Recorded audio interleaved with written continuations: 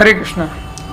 मित्रों, आज मैं आपको बताने जा रहा हूँ कि नवरात्रि का महत्व क्या है, क्यों नवरात्रि में दुर्गा माँ के अलग अलग 9 स्वरूपों का हमें स्मरण करना चाहिए, उनकी पूजा करनी चाहिए, उनकी आराधना करनी चाहिए, और क्यों हम नवरात्रा मनाते हैं, क्यों हम विजयदशमी मनाते हैं, इसके बारे में बहुत कम लोगों को जानकारी है।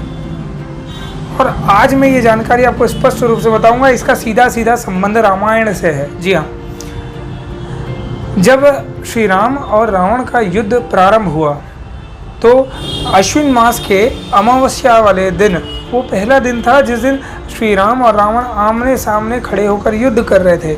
और श्री राम ने जितने भी बाणों की वर्षा की, उनसे रावण को कुछ नहीं हुआ, क्योंकि रावण की रक्षा कवच बनकर स्वयं श्री दुर्गा माँ कर रही थी। जब श्री राम ने देखा कि रावण की रक्षा स्वयं माँ दुर्गा कर रही है तो वो बहुत हताश हो गए। उस दिन का युद्ध तो समाप्त हुआ, श्री राम जी की सेना भी बहुत परास्त हुई, किंतु युद्ध अभी खत्म नहीं हुआ था। जब शाम को श्री राम अपने शिविर में बैठे थे और बहुत ज़्यादा दुखी थे, तो जामवन जी ने पूछा। जामवन जी उनके सेनापति थे, प्रमुख सेनापति थे। उन्होंने पूछा कि हे प्रभु, आप बहुत ज़्यादा चिंतित आज लग रहे हैं, ऐसी क्या बात है? युद्ध में तो हार और जीत चलते रहता है, और आज तो युद्ध का परिणाम नहीं निकला है, अभी तो युद्ध चलना बाकी है। तो युद्ध के बीच में कभी कोई पक्ष भारी होती है, कभी कोई पक्ष हल्की हो जाती है, तो इससे युद्ध का परिणाम नहीं निकलता, तो आप दुखी मत हो।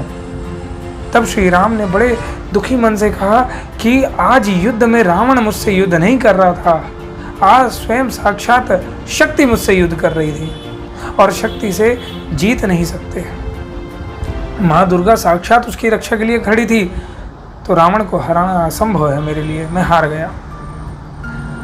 तब जामवन जी ने कहा कि वो रावण है, अहंकारी है, क्रोधी है, लोभी है।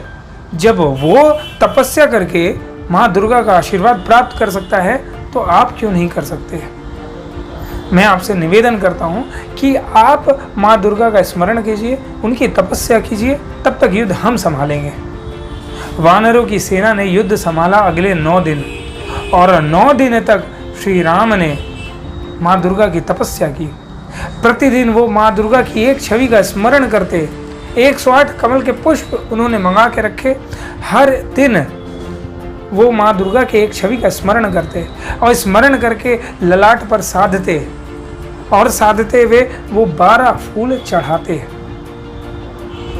हर दिन एक छवि को स्मरण करते और फिर 12 फूल चढ़ाते। ललाट पर साधते साधते 8 दिन में उन्होंने दुर्गा माँ के 8 रूपों को साध लिया। 9वां दिन था, आखिरी दिन था, आज उनकी तपस्या पूरी होने वाली थी। माँ दुर्गा ने कहा, नहीं, मैं इनकी परीक्षा लूँगी। कोई भी तपस्या पूरी होने से पहले परीक्षा अनिवार्य है। परीक्षा स्वरूप माँ दुर्गा साक्षात सामने आई और आखिरी कमल का पुष्प उठा कर ले गई। जब श्री राम तपस्या में लीन थे और एक एक कमल का फूल चढ़ा रहे थे, उन्हें आखिरी का कमल का फूल कहीं मिला नहीं, और जब मिला नहीं वो बहुत हताश हो गए, बहुत दुखी हो गए। उन्होंने आंखें खोली और देखा तो कमल का फूल नहीं था वहाँ। इस पर रसीला जी एक बहुत अच्छी पंक्ति कहते हैं जो बहुत ही मेरे दिल के करीब हैं। वो कहते हैं कि देख जीवन जो सदा ही सहता आया है विरोध, जो श्री राम ने हमेशा विरोध सहा है अपने जीवन में, उसके लिए कहते हैं कि धिक जीवन जो सदा ही सहता आया है विरोध, धिक साधन के लिए जिसने सदा ही किया शोध, और जानकी हाय प्रिया का उद्धार हो न सका। जानकी सीता जी का नाम है, जानकी हाय प्रिया का उद्धार हो न सका। उन्हें खेद था कि वो सीता जी को बचा नहीं पा रहे हैं। जानकी हाय प्रिया का उद्धार हो न सका, किंतु वो एक और मन था राम का जो न थका। उन्होंने कहा कि मेरी माँ हमेशा मुझे कमल नैनी कहती थी, कि मेरी आंखें कमल के समान हैं, और माँ कभी झूठ नहीं कहती। उन्होंने अपने तुणीर से एक बाण निकाला और बाणों को उठाकर अपने आँख में जो ही डालने का सोचा कि मैं अपने आँख को भेंट कर दूंगा, क्योंकि मेरी आँख भी कमल के समान है, मेरी माँ कहती थी। माँ दुर्गा प्रकट हुई, उनका हाथ पकड़ लिया, और हाथ पकड़ के माँ दुर्गा ने कहा कि जय हो, तुम्हारी ही जय होगी। अब मैं तुम्हारे साथ हूँ, तुम्हारी तपस्या पूर्ण हुई। ये 9 दिन की तपस्या करने के बाद 10वें दिन, जिसे हम आज विजयदशमी कहते हैं, उस दिन श्री राम और रावण का युद्ध हुआ, जिसमें श्री राम ने शक्ति की सहायता से रावण को परास्त किया। और इसीलिए हम 9 दिन दुर्गा माँ के 9 रूपों का स्मरण करते हैं, उनकी पूजा करते हैं और 10वें दिन विजयदशमी का त्यौहार मनाते हैं। उम्मीद है ये कहानी आपने पहले कभी नहीं सुनी होगी, और नहीं सुनी तो इसे ज़्यादा से ज़्यादा लोगों तक फैलाएं, जागरूकता फैलाएं कि क्यों हम नवरात्रे मनाते हैं।